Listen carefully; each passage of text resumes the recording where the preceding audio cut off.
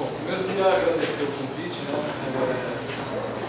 Estar aqui depois de ter feito o pós-doc é muito, para mim, muito gratificante poder falar sobre a pesquisa feita aqui. Quer dizer, na verdade foi um momento de reunir, discutir ideias e rever coisas feitas, né?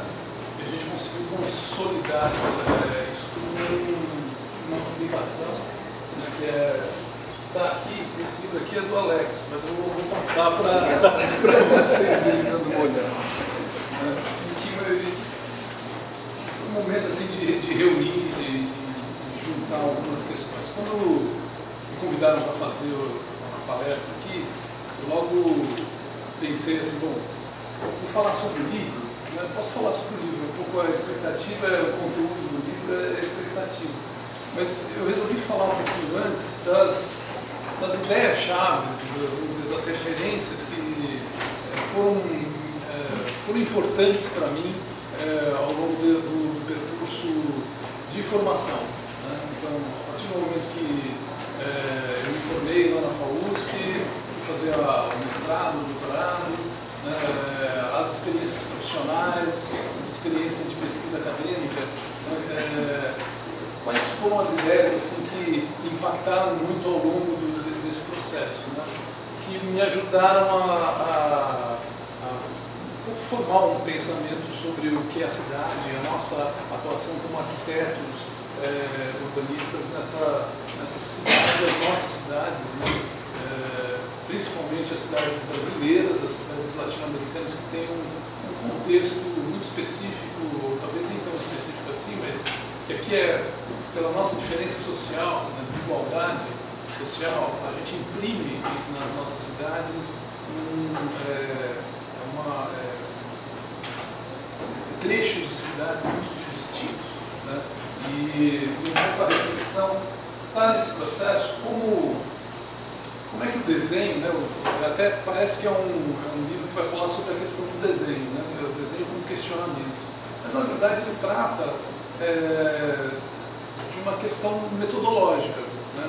Como que nós, arquitetos urbanistas, raciocinamos, pensamos, né? E aí essa aproximação com a Mariângela e o grupo aqui foi importante porque eles tratam da questão do desenho propriamente dito, da forma, né? E como se aproximar disso, né? Então, eu até tentei, né? Me aproximar dessa área da geometria paramétrica e tal, mas eu acho encantador, assim, eu fico fascinado com esse trabalho apresentado pelo professor, né?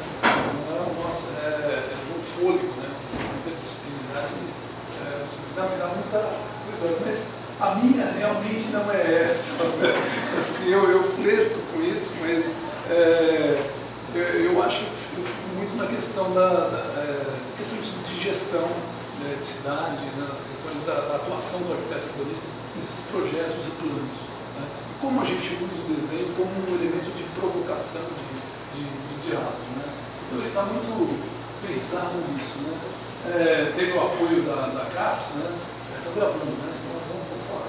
Então, o apoio da CAPES, né? É importante sempre, né, o apoio da CAPES. Quando não se tem o apoio da CAPES, não se faz pesquisas da CAPES ou dos órgãos de fomento, né? A universidade precisa de recursos, né? Para fazer pesquisas. Essa pesquisa que a gente viu é uma pesquisa de fôlego, né? O professor falou, isso faz isso sem recursos, né? Então tem essa aproximação, né, com um grupo de pesquisa, né, da elaboração do olhar, a professora Mariângela, né? Ela foi a minha supervisora aqui, né? Fazer um diálogo durante esses 2 anos até fechar, né? Como eu falei, assim, eu queria falar de alguns pressupostos, assim, como é que na minha formação algumas figuras foram muito importantes, né? O Milton Santos, ele estava muito próximo da gente lá na FAUSP, na época que eu estava fazendo graduação e depois a pós-graduação. Ele tinha um diálogo muito intenso com a professora lá, a professora Miranda, né, que da área de paisagem e ambiente, que era a área que eu mais me aproximava ali dentro, né? Havia um diálogo dessa relação do que é paisagem e do que era espaço, né? com algumas diferenciações quando a gente estava na arquitetura urbanista, quando se estava na geografia. Né? Mas o Milton, nesse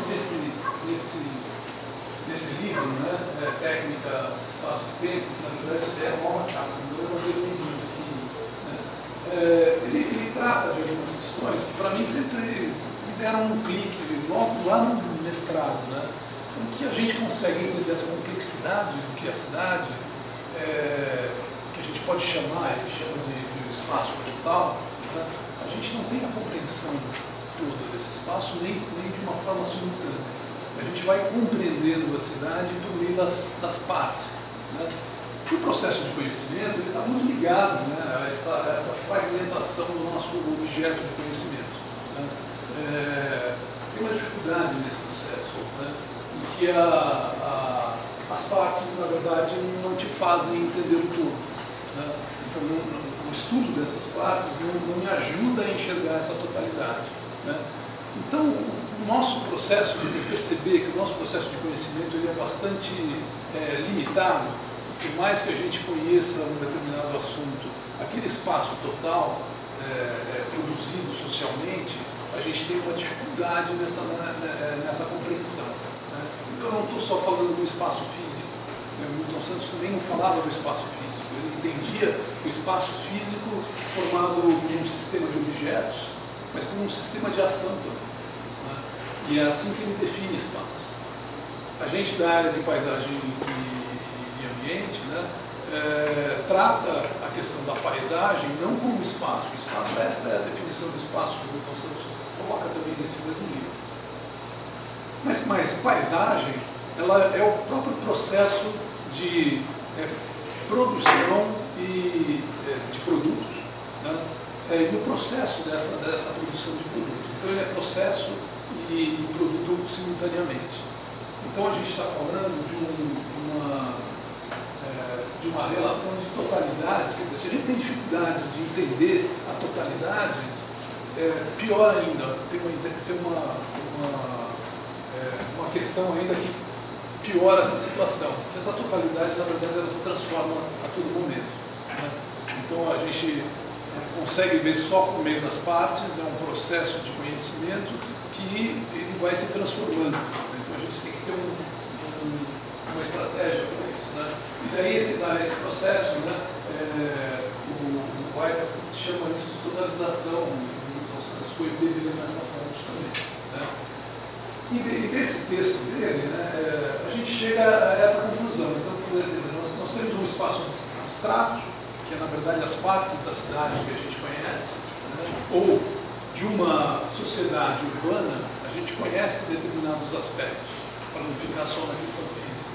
Não estou falando só de conhecer uma rua ou um bairro, né, mas de conhecer alguns aspectos dessa sociedade que produz a cidade. É um espaço completamente abstrato essa nossa ideia de cidade. Né? Ela não é completa, ela não traz a complexidade E para eu conseguir chegar a compreender, na verdade, esse espaço completo, eu tenho uma dificuldade, porque eu tenho uma série de filtros nesse meu processo de conhecimento. Né? Então, essa figura, ela tenta um pouco resumir isso. Né? Quer dizer, a realidade, né, a gente conhece por meio de percepções e reminiscências. Vamos colocar aqui reminiscências, não só as nossas lembranças pessoais, mas todo o processo de construção do conhecimento que a sociedade vai fazendo, que a ciência vai produzir. Só que eu não tenho a totalidade, não tenho a capacidade de ter uma lembrança nem dos meus próprios processos pessoais, né, quanto mais do que a ciência produz. E também é feito pela percepção. A percepção também não é só dos nossos sentidos. Né? A gente percebe por meio dos sentidos, né? Mas é a capacidade de enxergar, na verdade, essa sociedade, essa cidade. Né? E o que está para além da percepção e para além das reminiscências são os delírios. Quando a gente acha que alguma coisa no passado de fato aconteceu, quando na verdade ela não aconteceu. Né? Alguma interpretação equivocada lá no passado que permanece até hoje. Né? Terra plana, por exemplo. Então, várias questões que a gente pode fazer bem por contexto atual. O outro cara que me influenciou muito foi o professor Stuart Hall. Stuart Hall é um jamaicano que foi trabalhar na Universidade de Birmingham, na Inglaterra, né? E ele trata sobre a questão cultural, da identidade cultural do indivíduo. Né? A gente já vai entender o quanto isso me influenciou. Né? Ele tem um livrinho, que é esse livro que está colocado aqui, né? Que é a identidade cultural na pós-modernidade. Né? O livro não é essa, mas enfim, seja por várias edições. E ele fala de uma ideia de identidade, da nossa identidade, que foi se transformando ao longo do tempo. Né? Então, lá no iluminismo, se tinha uma ideia que a identidade do sujeito, né, ela já nascia com a pessoa. Né? Então, ela vinha desse núcleo interior. Né? O sujeito sociológico, né, que chama, um outro momento, onde depois de vários deslocamentos a gente chega nesse sujeito sociológico, onde logo se percebeu que não, a identidade não está com a pessoa, a identidade na verdade é formada parte pelo que está lá dentro, parte pelo que está fora. Então você tem uma relação interior e exterior. Né? E o que ele está chamando de sujeito pós-moderno é essa multiplicidade simultânea de identidades que a gente tem. Então não existe um núcleo, né? Existe uma transposição aí dessas. E para isso, então, aconteceu o que ele chama muito, ele trabalha com esse conceito de deslocamento. Né? O Stuart Hall não fala em avanços sociais ou avanços que a cidade fez, coisa que às vezes está muito colocada no nosso diálogo. Né? O que ele entende é que das correlações de força, ele vai se deslocando de um grupo a outro, ele pertence a múltiplos grupos. Essa identidade ela ocorre de uma forma múltipla. Né? E o terceiro pensamento que me influencia muito é o Pierre Bourdieu, na medida em que ele traz a questão das lutas sociais, né, que são muito claramente, muito didaticamente colocada por Marx lá no final do século XIX, né? Marx logo percebe algumas relações importantes, mas o Bourdieu vai trazer isso para a contemporaneidade, né? E vai mostrar como a nossa relação ela não é mais talvez de classes, né, como era no final do século XIX. Até ele diz que o próprio Marx utiliza esse conceito de classe para atuar, para agir numa transformação social. Né? Bourdieu traz em cima da teoria de Marx, ele vai trabalhar com o conceito de hábitos. Né? E ele começa a mapear pelos hábitos, né, os diferentes capitais que existem. Então ele sai de uma ideia só de capital econômico e vai trabalhar com a ideia de capital econômico, capital cultural, capital do poder. Né? E ele vai mostrando como o sujeito, ele consegue mapear o sujeito, né, dentro desse campo social que ele diz, de acordo com o seu capital global. Né?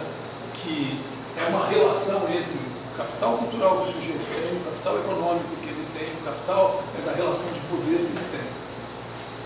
Isso pode parecer que eu estou falando de coisas muito distintas, mas para a gente discutir cidade e as relações sociais que se dão na construção de cidade, né, esses três pensamentos assim, foram muito importantes na condução dos próprios projetos que eu tive a oportunidade de desenvolver. A minha carreira acadêmica ela acontece de um jeito bastante tortuoso, onde eu durante muito tempo não estava só na academia. Né? Aliás, até hoje eu tenho uma atuação profissional, uma opção pela PUC, está numa universidade, não é uma universidade pública, mas também não é uma universidade vamos dizer, particular, desses grandes grupos, né, econômicos que estão tomando conta da educação. A gente faz parte de uma confessional. E dentro da confessional você pode fazer pesquisa, você tem ambiente para isso, você tem investimento para isso. né?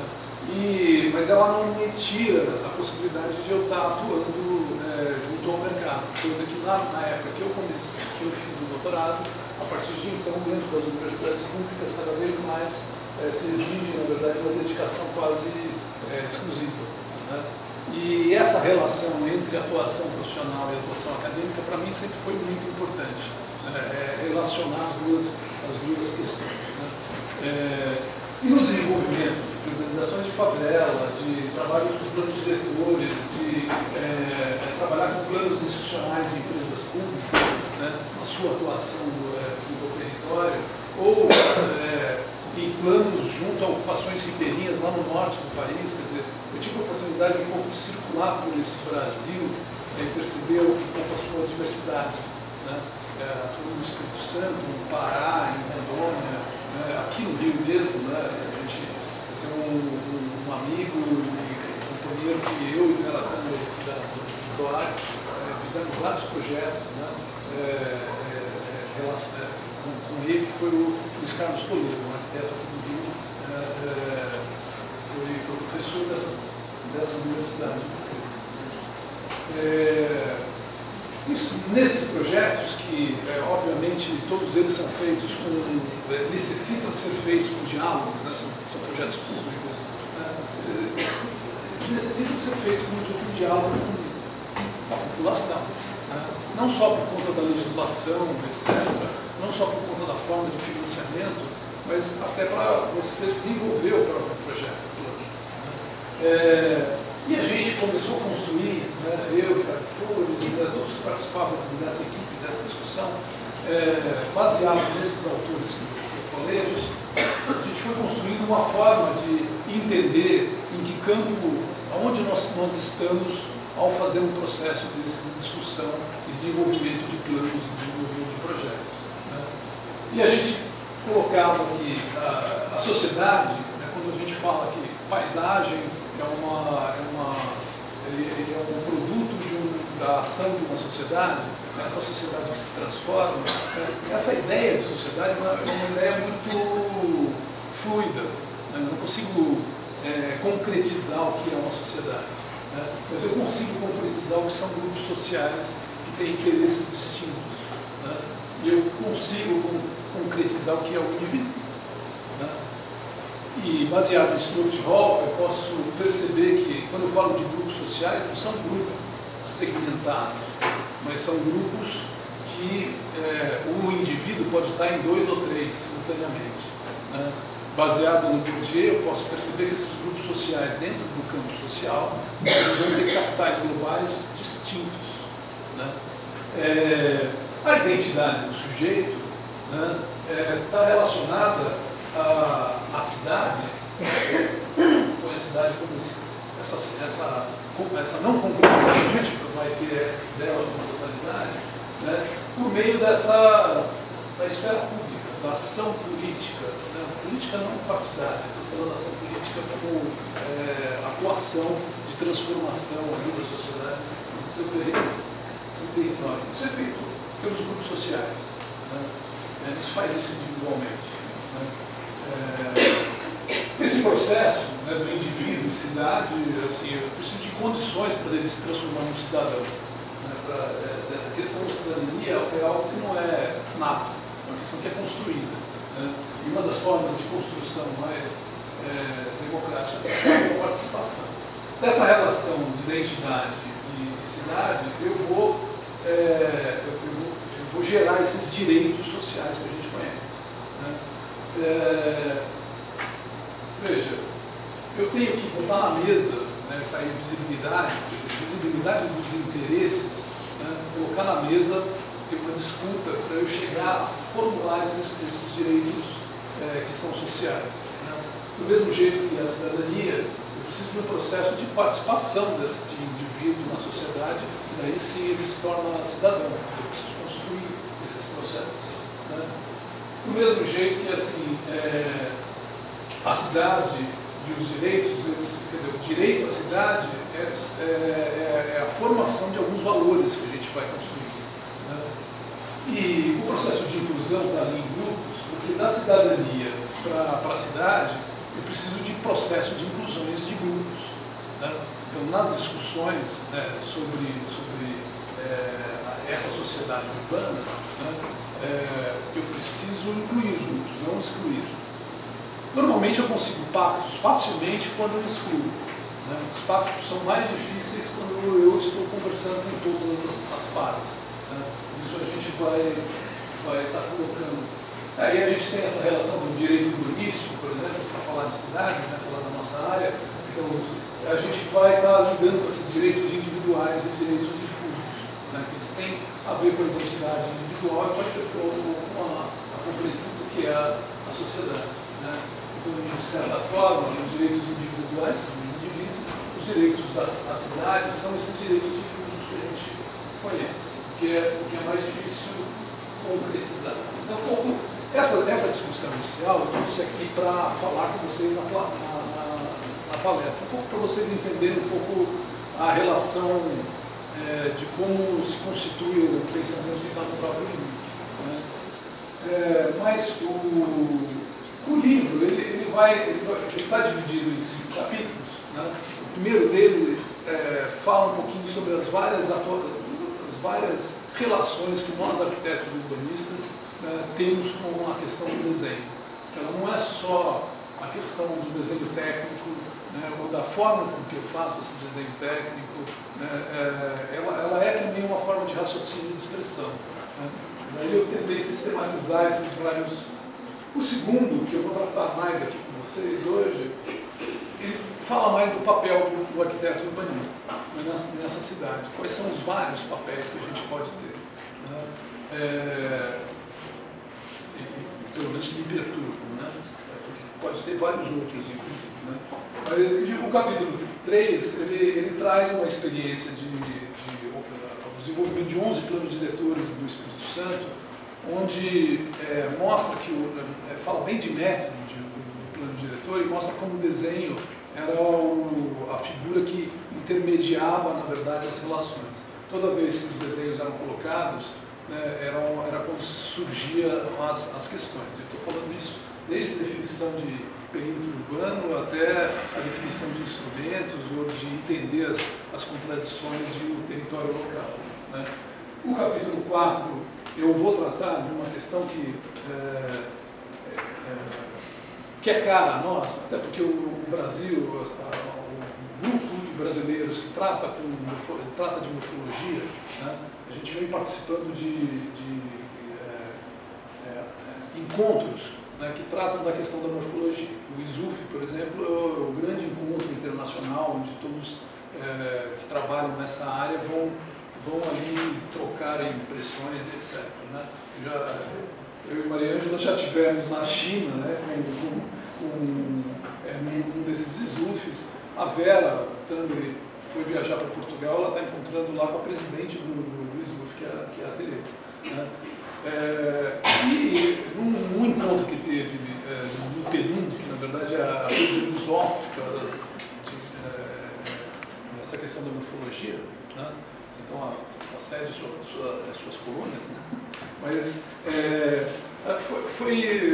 me reforçou assim, por que eu fiquei com tão instigado a escrever esse capítulo 4, porque eles afirmavam lá, e a gente já vinha percebendo isso há algum tempo, que morfologia para os portugueses, ingleses, italianos, tem 3 correntes grandes dentro dessa área de estudo, né, era uma coisa em que se faziam algumas considerações sociais, mas elas eram sempre periféricas, né? E que os grupos brasileiros, quando eles vão apresentar os seus trabalhos, na verdade, as questões sociais elas não são periféricas da discussão da forma, elas estão na gênese, né? Elas estão ligadas intimamente com essa relação. Então, eles diziam que nós, pesquisadores brasileiros, estamos construindo uma nova forma de tratar essa questão da morfologia, né? E a morfologia, nós temos um português que é o Lamas, né, em que na verdade é interessante porque a maioria dos portugueses não faz muita consideração a esse senhor, mas ele escreveu uma tese de doutorado, ele trabalha com os elementos morfológicos e ele tem uma relação muito clara, né, que o interesse da grafologia não está na forma em si, né, mas está quais são os fenômenos que geraram aquela forma. Ele está falando de cidade, ele não está falando de coisas, ele está falando da morfologia urbana.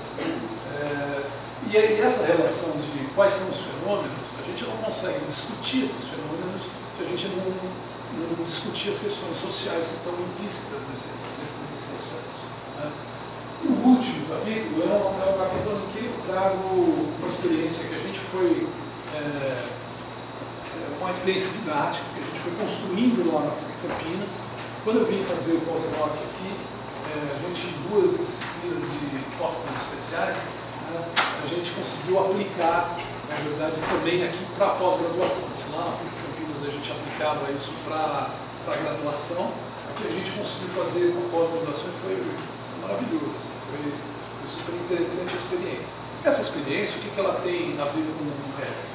Ela busca tirar o aluno, vou falar mais na graduação, que está pós também, daquela visão inocente do que é a cidade e as correlações de forças que estão presentes na cidade, né? Uma coisa é você saber isso teoricamente, outra coisa, por meio de uma dinâmica, né, ele representando um determinado grupo social, com determinado interesse, né, ele perceber que aquela cidade vai resultar uma forma que ele vai estranhar, que ele não queria como ideal.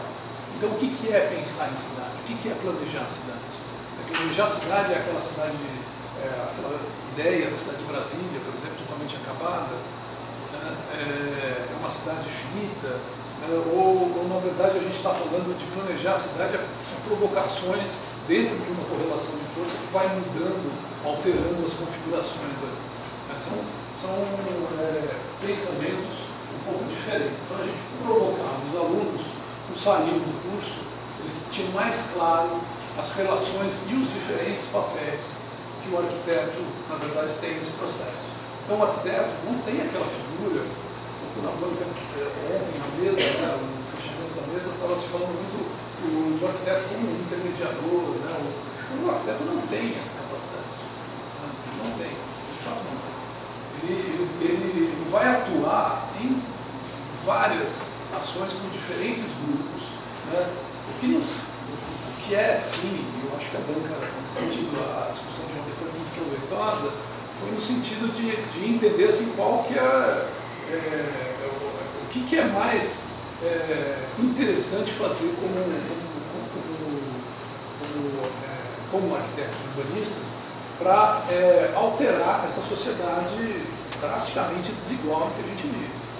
Como que a gente consegue provocar os tais deslocamentos do social com a nossa atuação, conhecendo todos os limites que existem nisso, e todas as contradições que existem nesses processos. Então, vou passar rapidamente com vocês só para deixar claro que assim, você pode tomar desenho como representação, né? Quer dizer, eu fiz um desenho que eu fiz lá de Ouro Preto, né? Onde isso aí não é Ouro Preto, né? mas ele lembra Ouro Preto, ele pega as características principais ali. Estou tentando representar, né? Outra coisa, um outro desenho feito ainda na época da graduação, ou recém-formado, na verdade, que é uma expressão de uma rua lá no centro de São Paulo, onde as questões não estão muito claramente colocadas aqui, mas eu vejo a movimentação das pessoas, é um desenho de expressão, um desenho como expressão. Eu posso também ter o desenho de proposição, que é uma antivisão da coisa, é o típico desenho de projeto, que não é um projeto técnico, ele não é um desenho técnico, desculpa, né? Mas ele é um desenho que carrega já uma série de intenções ali colocadas, né? Eu posso ter um desenho técnico, eu posso ter, veja, até agora são muito tradicionais do nosso desenho, são os primeiros pensamentos sobre o desenho que a gente, na nossa atuação de arquitetos urbanistas. A partir daqui já começa assim, o desenho pode ser uma síntese, né? Eu consigo levar um desenho uma síntese de algo muito complexo, né? Então aqui, por exemplo, o Rio de Janeiro não é daquele jeito, né? Mas a gente percebe ali os dois morros desconfigurados pela minha falência na percepção da minha memória, que a gente conversava sobre mas ele traz um pouco uma síntese. Aquilo lá não é Florianópolis ali do lado direito, né? Nem é Vitória, mas está ali a síntese da coisa, o morro, a estrada de ferro, né? a ilha como presente aqui, né? como cidade, né?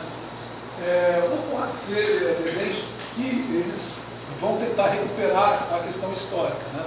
Então, isso aqui, quando eu, Vera e Toledo, a gente estava fazendo Som pelas Bairros, a gente estava fazendo Pavãozinho em Cantagalo. E para entender o processo de ocupação daquele lugar, a gente foi fazendo uma série de desenhos, conversando com os moradores, para entender justamente esse processo de ocupação. Aqui é um desenho que extrapola essa experiência, poderia, talvez, se tivesse uma área mesmo, né? Onde, na verdade, começa uma ocupação numa área que não existia, um sol criado em cima de uma área alagadiça, do próprio avanço, né? Sobre as águas, e ele vai aos poucos se consolidando. Né? Se eu não compreender o processo, né, de construção desse lugar, eu não é visitando, percorrendo as ruas, só que eu vou ter essa percepção dos fenômenos que deram origem a essa forma, né? Ao lance. Né? Agora, o desenho, uma outra forma de você usar o desenho é provocando questões. Eu estudo uma região, quando a gente foi coordenar esses 11 planos diretores no Espírito Santo, eu como paulista, pensava assim, são 11 municípios, então são 11 cidades, certo? E acho que nós, morando em regiões metropolitanas, talvez tivéssemos também essa mesma ideia. Né? Eu cheguei lá e levei um susto, porque na verdade não eram 11 cidades, eram 46 cidades, eram 46 núcleos. Né? Imagina, um terreno que é super dobrado, né? Onde ele tem uma ocupação do vale e logo já não tem mais terra para ocupar. Né? O que acontece? O processo de construção no vale seguinte. Né? Então, na verdade, você vai ter uma série de vilas, né? Vilas e cidades. Fazer o plano de diretor aqui foi muito... Agora, qual era a relação que cada um desses núcleos tinha com a sua envoltória? Né? Então, a gente foi, por meio de desenhos, né, provocando... Será que essas relações elas obedecem as divisas administrativas? Provavelmente não. Como que a gente consegue mapear isso? E nesse diálogo com a população dos vários núcleos, a gente foi mapeando a relação de pertencimento que se tinha de cada núcleo. Isso para discutir depois as estratégias de gestão desse território. Né? Então, mas só foi possível com algumas provocações feitas com o próprio desenho. Né? E aqui, o desenho como conhecimento, como reconhecimento da cidade, do processo de transformação urbana, que foi essas experiências que eu falei agora há pouco aqui, didáticas na graduação lá na PUC Campinas e na pós aqui. Tem algumas pessoas aqui que podem se reconhecer. O Rogério Carlos está aí. Então, assim, o capítulo 2 ele vai discutir essa relação dos diversos papéis do governo. A gente forma profissionais para trabalhar em todos. Né? Tem até um discurso que fala assim, não, mas a universidade pública tem o compromisso com as questões públicas. Tem de fato. Na verdade, na FAUSP, sempre se privilegiou muito a discussão do espaço público ao invés do espaço privado. Mas a verdade é que as universidades formam um arquiteto como um todo, né? Para atuar no mercado também. Né? Então, a questão é onde eu quero atuar. Conservando e reproduzindo a lógica atual, né? Ou eu quero atuar transgredindo essa ordem, provocando deslocamentos nessa ordem. Eu acho que a grande questão é essa. E você pode fazer isso atuando no mercado, ou atuando junto ao poder público, ou atuando em ONGs, ou atuando em coletivos. Aí não é tanto a questão. É mais duro fazer, se você optou pelo criar esses deslocamentos, né, não as continuidades, Às vezes atuar no mercado é a coisa mais difícil de todas, né? Mas nós temos papéis. Papéis são diferentes de posturas, né? Em que cada um vai assumir a sua e vai participar desse jogo de correlação de força, né? Para falar um pouco claro sobre isso. Porque nesses critérios de transformações, aqui eu peguei uma ideia de intervenção em favela, né? Quais são os critérios? Quais são os critérios que fazem com que a gente crie as propostas de planos e projetos, né? Esses critérios estão claros, né? Esses critérios são pactos sociais. Esses critérios eles camuflam algumas questões, áreas de risco. Não, tem que remover quem está em área de risco. Mas o que é área de risco e o que não é área de risco? Né? E aquela favela que está ocupando uma área próxima a um rio, mas que nunca teve inundação, até porque a constituição ali do rio é outra, ele está posicionado num lugar que nunca vai ter enchente, mas é considerado área de risco pela municipalidade local, por pressão de quem? Né? Então, essa relação a gente tem que compreender sempre como fruto, na verdade, de pactos. São critérios que podem favorecer uma continuidade da situação que nós nos encontramos ou critérios que provoquem deslocamentos. O critério de cotas para as universidades é um critério que, na verdade, provoca um deslocamento. Provoca um deslocamento, a gente consegue ver até pelo número de favelas, questionou muito as últimas 2 vezes, né, a quantidade de mestrandos, né, que eram mestrandos, doutorandos, não falo nem de graduandos, mestrandos e doutorandos, que eram moradores. Né. Bom, bem diferente da década de 80, 90, onde a grande maioria dos arquitetos que trabalham com a questão da favela são estrangeiros a esse modo, né, de se localizar na cidade. Né? Então, se vai ter aí um deslocamento, inclusive, do pensamento, né, de atuação. Né? Daí vem a questão da particularidade das nossas cidades, das cidades latino-americanas, né, em que, por conta dessa forte diferença social, a gente provoca nas cidades esse processo de segregação espacial, socioespacial, né, e esse processo de segregação socioespacial ele caracteriza muito o nosso desenho. Né? Então a gente está lidando com várias cidades distintas aí, né, e que são frutos de um processo. Então, enquanto tem deitado numa poltrona, com direito a banho público, pensando nas suas terras, mas sem problemas, você tem uma fila de pessoas do outro lado, pleiteando, na verdade, um lugar na cidade. Né? E você tem características ali em cima, morfológicas, muito distintas dessas cidades. Então, a morfologia, ela também ajuda no entendimento, ela ajuda nesse mapeamento. Né? Mas eu não posso parar só na questão da forma. Né? Até porque, muitas vezes, esse desenho aqui da esquerda, você pode dizer, isso aqui é uma área irregular, a outra é uma cidade formal. Né? Ele engana. Na verdade, isso não quer dizer, isso aqui é baixa renda, aqui média renda. Não, tem uma relação de renda que não necessariamente. Né? Um dos casos que me instiga muito a falar sobre eles é o caso de Pissinguaba, lá em São Paulo, onde tem as áreas públicas, elas são muito próximas a uma área de favela. Então, aqui eu tenho pavãozinho do lado esquerdo, né, uma diversidade de construções edilícias, uma toda revestida e tal, e a outra ali em cima quase caindo. Né? Do lado direito eu tenho a unidade edilícia nesse sítio que eu estou falando, que é Pissinguaba. Né? Só que o espaço público, o espaço coletivo das duas áreas, eles são muito parecidos. Né? São feitos de muros e tal. E daí começa a parte de adução de água. Né? O do lado direito não é de pavãozinho, tá?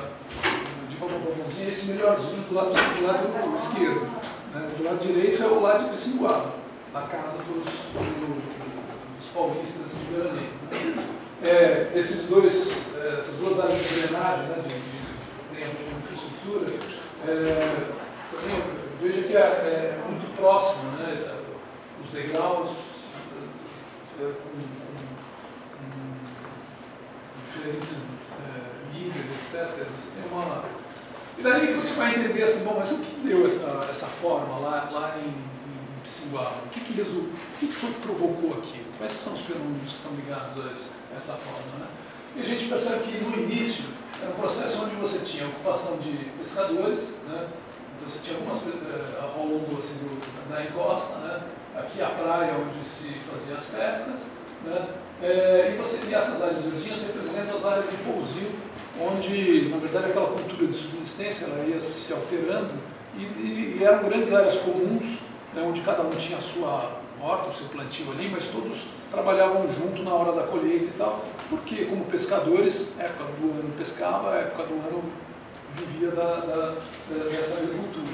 Quando isso se torna, a terra se torna de interesse turístico, né, e os paulistas começam a descer, eu falo paulista porque a maioria daí é paulista mesmo, mas começam a descer ali para Pissinguaba, perto de Ubatuba,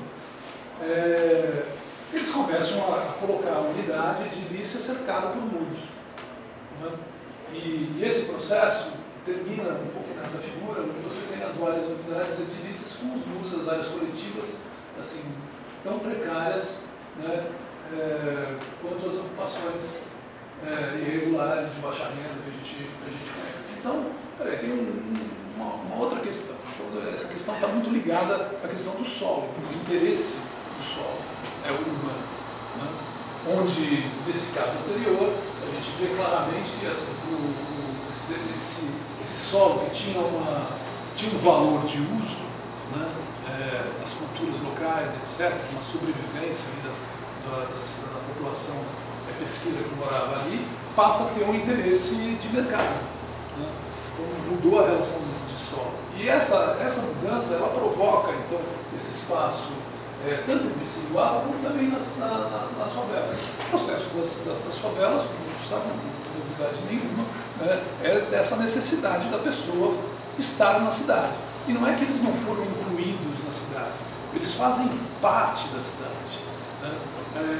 A classe trabalhadora que acaba não conseguindo a sua moradia própria, ela faz parte do sistema. A cidade não vive sem essa população, né? Então, esse processo de inclusão não quer dizer que eles estão excluídos, né? Eles fazem parte dessa ideia de cidade, principalmente aqui no Brasil, a partir da década de 70, quando, na verdade, começa um crescimento muito grande, a gente deixa de ser urbano e deixa de ser rural e passa a ser urbano. Então, o crescimento rápido, né, taxa de 17, de 8, de 4,5, né, de crescimento de cidade, não há programa habitacional que absorva, na verdade, essas relações. Essas relações deviam vir, não é do poder público dotando assim, de produzindo programas de moradia para toda essa população que está chegando, mas é da própria relação de trabalho. Então, a Hermínia Maricato vem dando umas palestras que ela fala de uma forma muito clara, né, que a cidade que a gente conhece, essa cidade dividida, essa cidade desigual que a gente conhece, ela é muito em função de uma política de baixos salários, né? Então a gente fez toda a nossa indústria baseada em baixos salários. Um salário que o sujeito não tem condição de se colocar na cidade, né? Então esse processo vai gerar, outra vez, a cidade usando o solo já como uma ideia de mercadoria, né? E aí possibilitando uma série de pessoas a ter essa relação de compra e venda. Nós vamos criar outras estratégias, né? Vamos criar outros direitos para estarem ali, né? Então, na verdade, esse solo acaba sendo disputado por uma questão de recurso, né? E a gente, às vezes, sem querer, ou em algumas falas, passa quase como uma naturalização do processo, né? Não, mas aqui não é lugar de pobre ficar, porque o solo é muito caro. A gente quase naturaliza esse processo. Esse processo não é natural. E no próprio processo de entender e conseguir contribuir por meio de plano, por meio de projeto, né, nesse processo de transformação, a gente tem uma série de contradições. Né?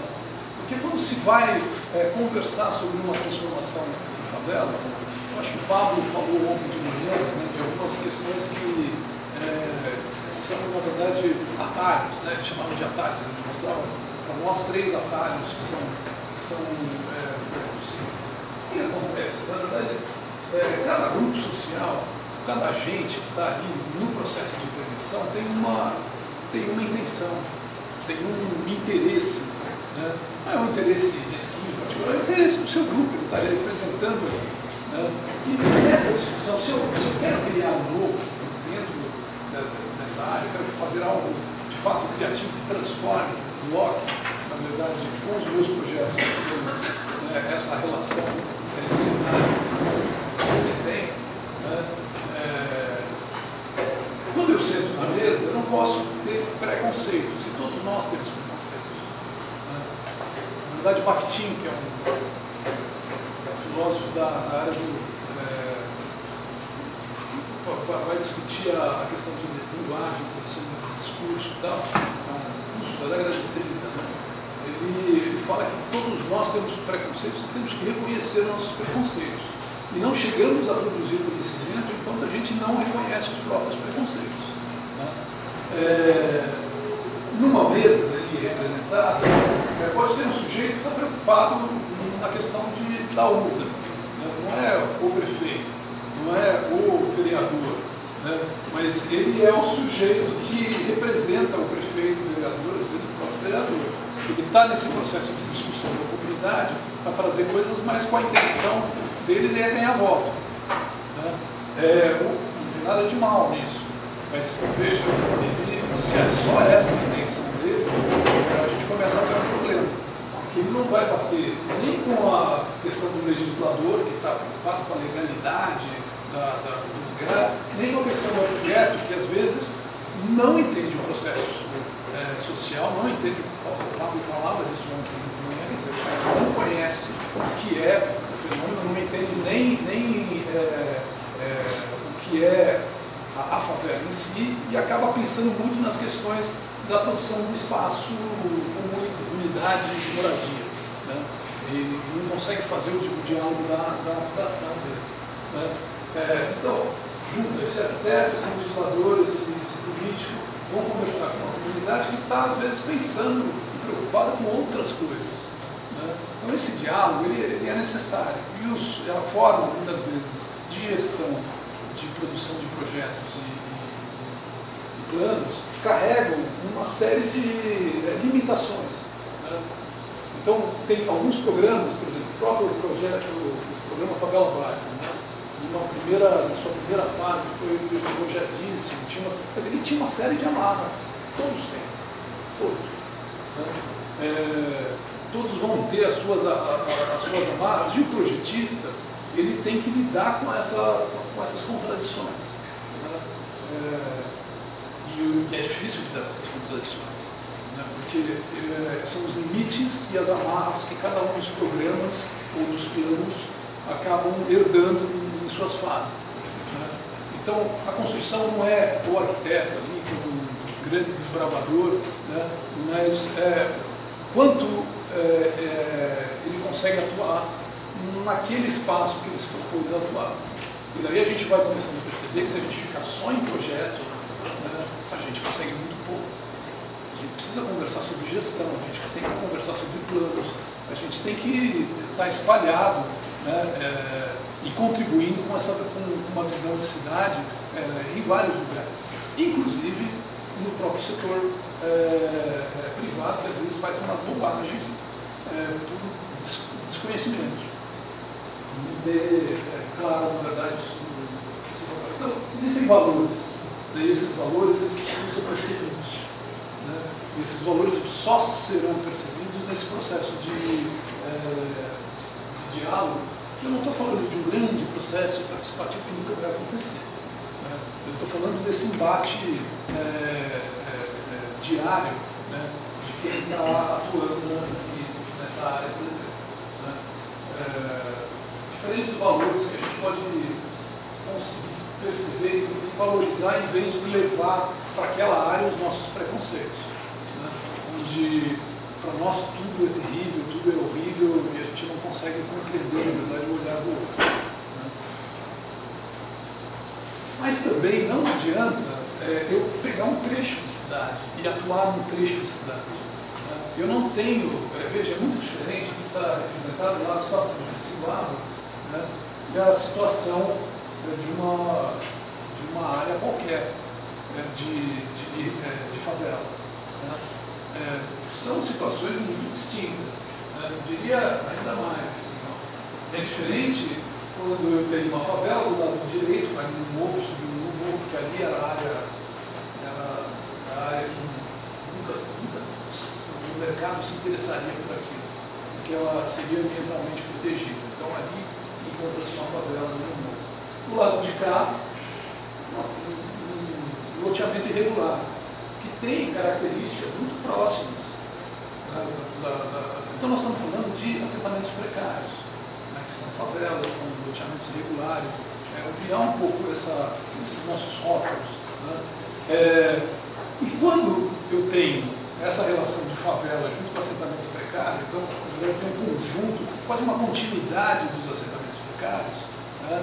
É bem diferente quando eu tenho um assentamento precário no meio de uma cidade toda estruturada, que tem esgoto, que tem, né, onde lidar ali com o projeto é levar essa infraestrutura até a infraestrutura da cidade que está passando ali na porta. Né? Na parte de cima é um pouco mais complicado. Né? E um projeto, se ele pensa só num recortezinho, né, do loteamento tal, da favela tal, ele nunca vai dar conta desse recado. Então, a gente precisa de uma visão que é escalar, que também é típica do arquiteto urbanista, de conseguir simultaneamente trabalhar com as várias escalas. Né? Então, aqui essa figura representa. Essa figura foi usada no concurso do horário carioca, né, que na verdade nunca saiu de vez. Né? Mas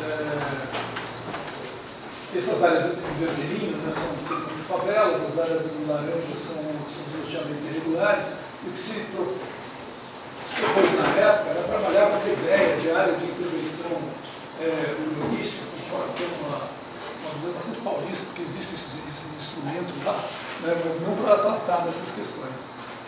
Onde, na verdade, com esse recorte numa outra escala, que não é a escala do bairro, mas a escala um pouco ali da região, né, a gente consegue ver as correlações, por exemplo, de mobilidade urbana. Né? Tem coisas que eu resolvo fora da área, não dentro da área. Né?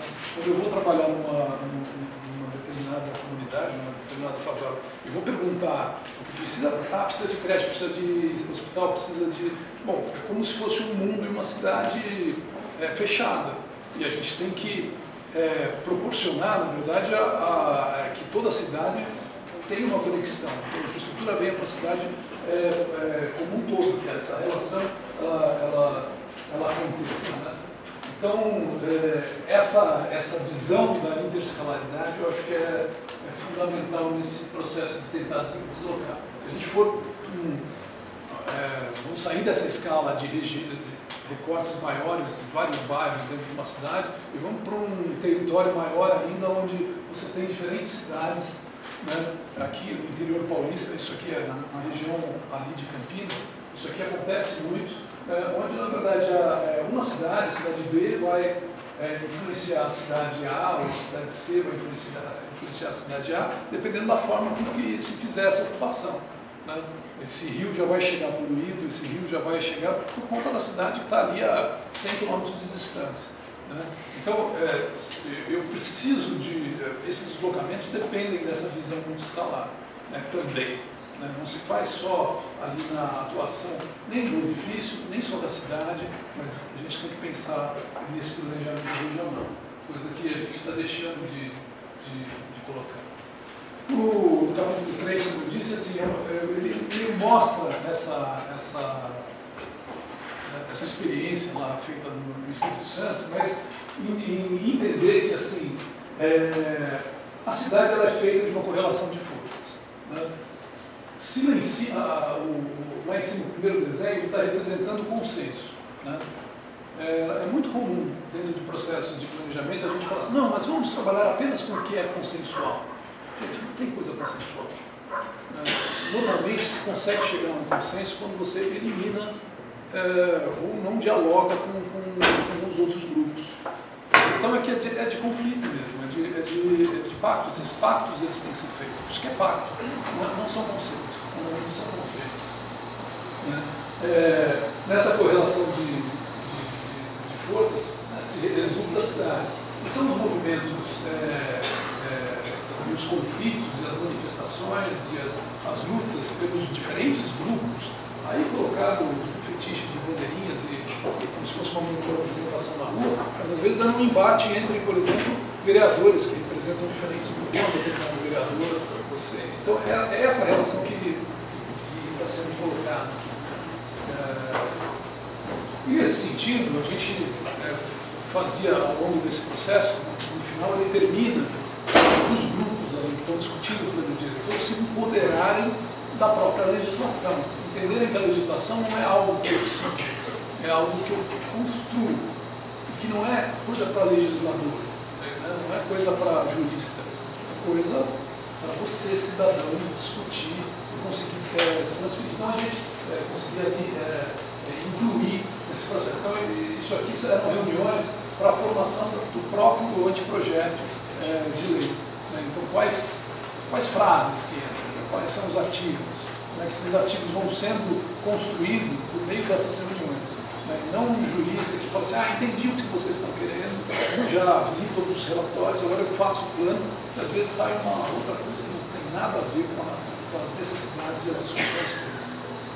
Então esse processo de entendimento do que é essa legislação urbana, o que é esse direito urbanístico, que é mal ensinado nas escolas de direito.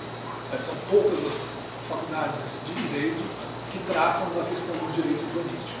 É por isso que a gente tem tanta dificuldade com o nosso judiciário, porque eles não têm uma compreensão do que é cidade. Então, esse diálogo interdisciplinar com as pessoas que estudam essa questão do direito, aqui, junto aqui do PROAC, aqui no Impulso, tem pessoas como a Rosângela Luft, como o Alex, o Magalhães, que tratam, o Alex Magalhães tem um livro sobre o direito das favelas.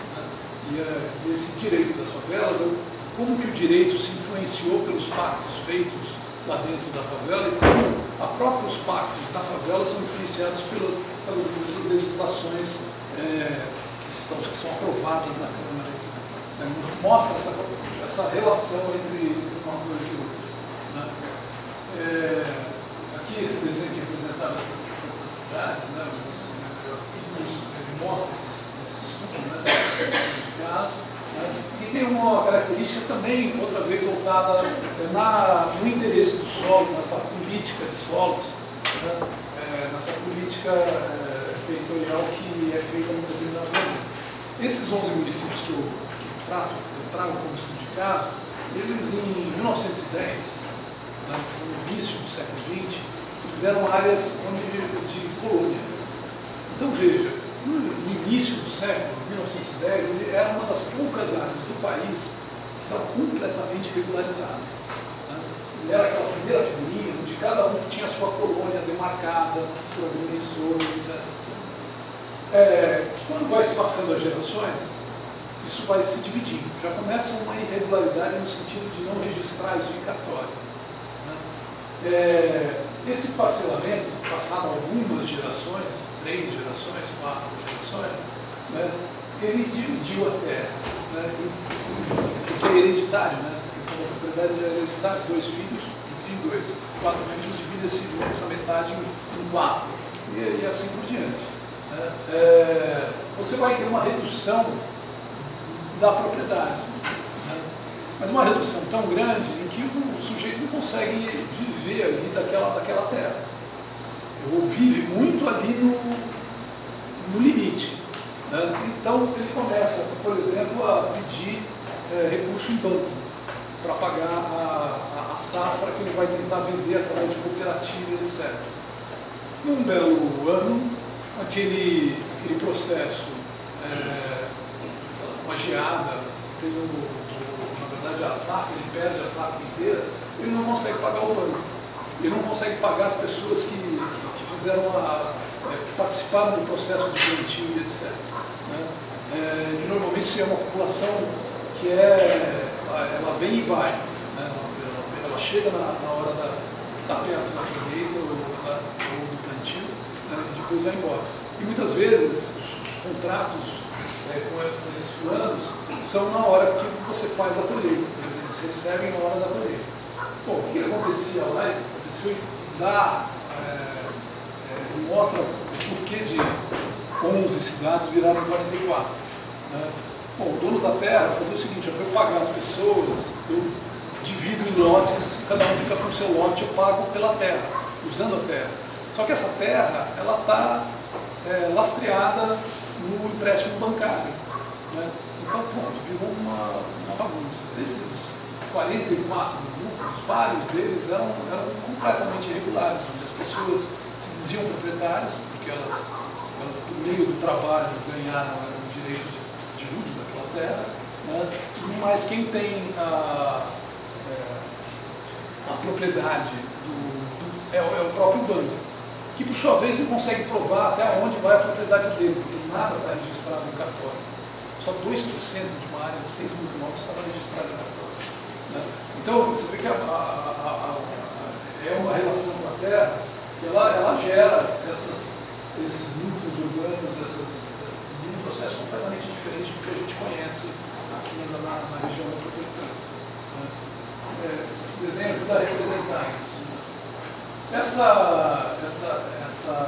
O quarto capítulo ele vai então discutir muito, eu falei para vocês, essa questão da morfologia, de como a morfologia aqui pelos pesquisadores brasileiros vem correlacionando com os aspectos socioeconômicos, né? E a gente tentou sair, isso foi fruto de um mestrado, enfim, orientando a Natália Magalhães, que ela tenta sair um pouco da unidade de paisagem, que vários geógrafos, para eles terem um entendimento distinto do que é paisagem, eles entendem como uma coisa estática. E várias outras áreas entendem isso como uma coisa estática, como um produto.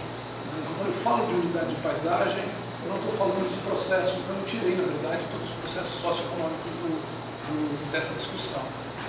E a Natália Cunhou, então, em função dessa agonia de conseguir falar aqui do que se trata, né, ela fala então dessa relação não de unidade de paisagem, mas de unidade morfo-territoriais. O morfo que vem da morfologia, territoriais não como território recorte de um determinado suporte. Território como, aqui existe um território, vocês sentados e eu de pé falando. Vocês quietos por enquanto, vão investigar muito. Né? Enfim, existe uma correlação de uma tensão aqui, né, desse território da sala. Né? Nesse sentido. Então, o morfo territorial nesse sentido. Que a gente acredita que é mais aquela segunda figura. Né? Entender que esse espaço ele vai sendo construído, né? E vai sendo construído pelos diferentes grupos, com as diferentes intenções. Isso é o capítulo 5, que é aquela experiência didática, vai tratar, mas eu estou quase acabando, vai ter mais tempo para pergunta. Mas que é então, aquela experiência didática que, assim, principalmente o que se queria é que se percebesse isso, né, que cada um dos grupos tem uma intenção de cidade distinta. O que resulta é uma coisa que nenhum dos grupos se conhece por inteiro. Né? E nesse sentido era muito interessante a disciplina, porque ia se formando um território, que a cada aula vai se usando o desenho do suporte, de um determinado recorte, né? E pelas pactuações feitas pelos grupos em sala de aula, né? Aquele desenho vai se transformando. E é tido na aula seguinte como uma realidade, que passou realmente com a minha fé. Aqui ocupou-se tal área com não sei o quê. Aquilo vai resultando numa cidade que chega no final a gente discute o resultado. E assim, todo mundo acha aquilo caótico, eu acho que aquilo lá não... Mas todos reconhecem um processo que fez, que aquelas transformações. Né? Então começa a olhar a cidade de uma forma um pouquinho mais complexa. Não, a culpa não é só da prefeitura, não, a culpa não é só do mercado, da especulação imobiliária.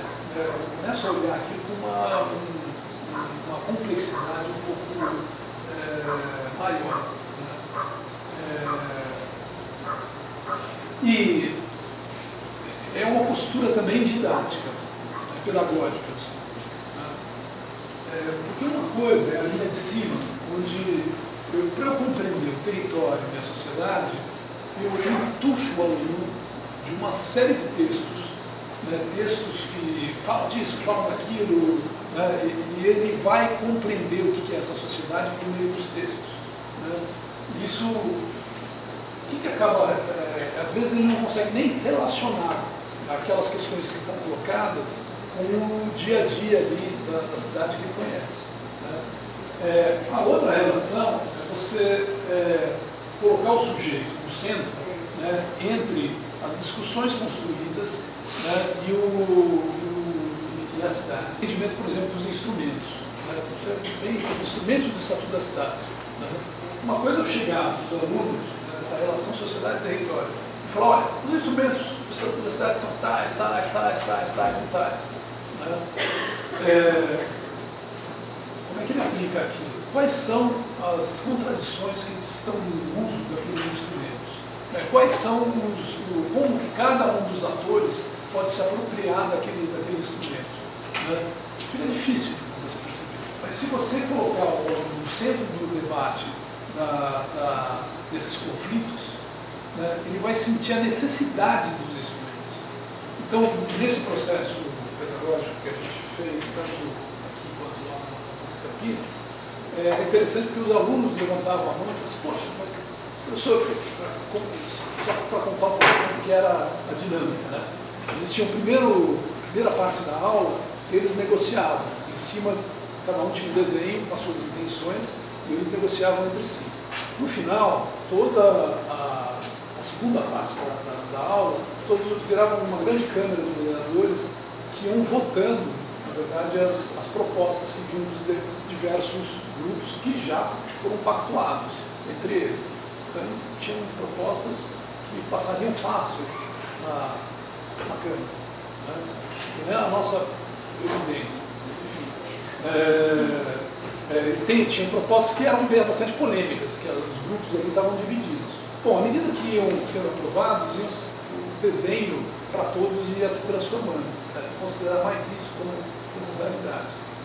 E depois, em terceira etapa da aula, a gente parava, todo mundo saía do seu papel de ator, né, de defender um determinado grupo social e discutir o que aconteceu. Né. Então, nesse processo de discutir o que aconteceu, às vezes surgia um aluno que estava representando, por exemplo, a prefeitura e falava assim, mas professor, eu não tenho como exigir, ou pelo menos conseguir fazer a compra de um determinado terreno antes que o mercado compre, né? E daí você começa então a discutir o direito de preempção, o direito de preferência, né? Que é um dos instrumentos do Estatuto. Né? O direito de uso campeão urbano, que tinha 5 anos, né? Tinha grupos que representavam movimentos sociais que tinham como meta a ocupação de áreas, para atender demandas que estavam chegando. Né? Eles iam atrás dos direitos de regularização, né? Sentiam na pele, assim, não tem nada que... Então, esses instrumentos eles vêm depois da vivência do conflito, que na verdade esses instrumentos eles só existem por conta dos conflitos. Né? Então é meio acelerar esse processo, né? Essa percepção dentro de sala de aula. Os alunos saíram muito mais menos ingênuos em relação ao processo que ocorre na cidade. Né? Gente, basicamente é isso que eu trouxe. Né? Eu tenho uns poucos livros aqui para vender, mas quem estiver interessado em comprar, o preço de capa dele é R$98, foi produzido aqui pela U-Books. Aqui na UFRJ, a U-Books está dando 20% de desconto. Né? Então, quem comprar comigo, eu não vou vender isso por R$78,40. por 75, porque eu não vou ficar fazendo, mas assim, eu tenho maquininha de cartão ou espécie, você consegue fazer assim. Quem não conseguir aqui, porque realmente são poucos, na Reubooks aqui embaixo consegue ver, tá bom? É isso, gente. Eu queria falar aqui com vocês.